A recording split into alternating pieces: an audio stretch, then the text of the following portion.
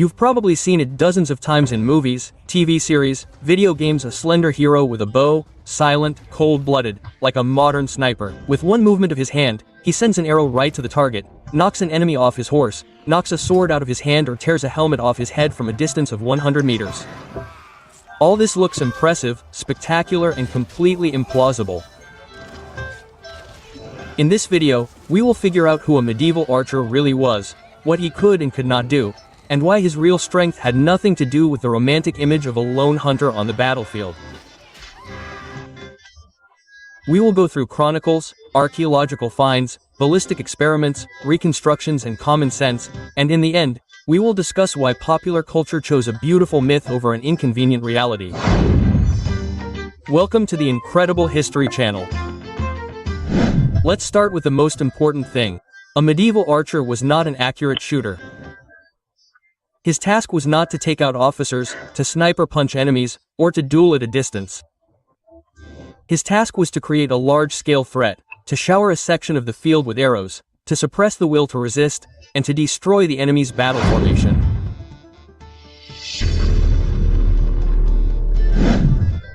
An archer is an instrument of mass destruction, not an individual hero. A typical battle looked like this: the front line of shield-bearers, followed by a dense formation of archers. At the command of the officers, they fired volley after volley, covering the selected sector of the field with a hail of arrows. They did not shoot at one enemy, but in the direction of the enemy army. The effect was created due to the density of fire, not accuracy. Even if only 5 out of 100 arrows hit the target, this could already break the offensive. Example: the Battle of Azincourt in 1415. The English army, numerically advancing against the French, had about 5,000 archers. According to contemporaries, they fired up to 60,000 arrows per minute. This turned the French front line into a meat grinder. But each arrow was not deadly. Distance, angle, wind, target movement, all reduced the effectiveness. But when arrows fly continuously and en masse, the enemy loses formation, panics, retreats, or perishes under the hooves of his own cavalry. Ballistic tests with historically accurate replicas of English bows, the so-called long bows, showed, with a tension of 50 kilograms, the arrow flies 200 meters in 4 to 6 seconds. But at such a distance, it is unlikely to hit a person. And it is almost impossible to penetrate armor. The real combat distance is 50 to 70 meters. It is at this distance that the arrow retains its penetrating power and relatively acceptable accuracy. But even then, we are not talking about shooting at the eye or neck, but at the body or just in the direction of the enemy. The very idea that someone on the run could hit the enemy in the eye is nothing more than fantasy. In reality, the archer, tired, out of breath with sweaty palms, shot at a pace, often at the cape, along an arc, focusing on the command, and not on personal initiative.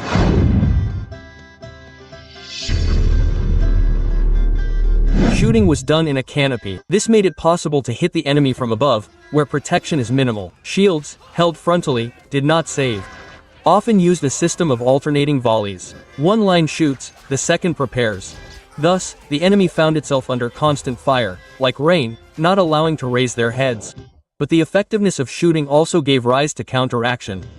In the 10th centuries, helmets with sharp peaks, prone to ricochet, armor with multi-layered protection, shields with metal ribs were developed. All this reduced the lethality of arrows. In response, archers began to use different tips: armor piercing, narrow to pierce chainmail, wide to inflict maximum wounds on unprotected areas, whistling to demoralize. It was a well-thought-out technological confrontation.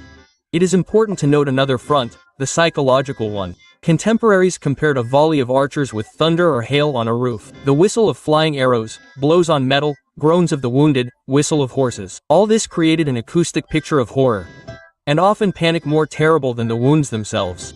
Horses suffered, especially the most important resource of medieval combat. A fallen horse broke the formation, knocked down the rider, and interfered with retreat. Shooting at horses was a strategic technique. The question is often asked: was there aimed shooting?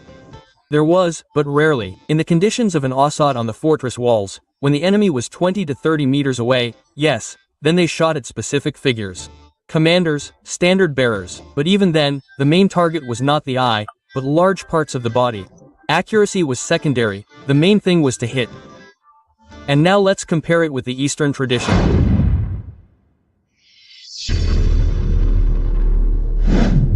The Mongols and Turks used light composite bows. Their archers were mounted, they shot even backwards while riding. The Parthian shot technique. Well, here we are not talking about sniper accuracy. Their strength was in mobility, speed, continuous maneuver. They were not shooters, they were psychological stormtroopers. They disorganized, broke the line, exhausted, forced to make mistakes. Their volleys did not kill, but broke the resistance. To become an archer, it was not enough to just take a bow. In England, from the 14th century, by decree of the crown, all men were obliged to practice shooting regularly. From childhood, it was part of the defense system. Skeletons from the sunken ship Mary Ruse show deformations of the shoulder bones and spine from many years of stress. An archer was formed for years. He developed the muscles of the back, arms, body stabilizers. He learned to shoot 10 to 12 times per minute without losing rhythm. He did not hunt, he worked. Arrows were not free either. To produce them, a straight shaft was required, usually ash, feathers, often goose, a forged tip, glue, resin.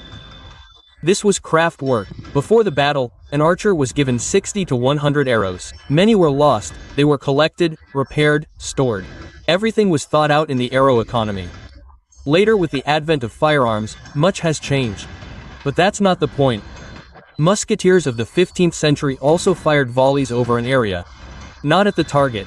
The musket was inaccurate, took a long time to reload, but it created a density of fire. The enemy was covered in a squall again, only this time with smoke, roar and lead. The principle remained: scale, rhythm, pressure. Mass culture created a convenient image. Effective, spectacular, easily recognizable. Robin Hood, assassins. They all shoot as if they had superhuman accuracy and grace.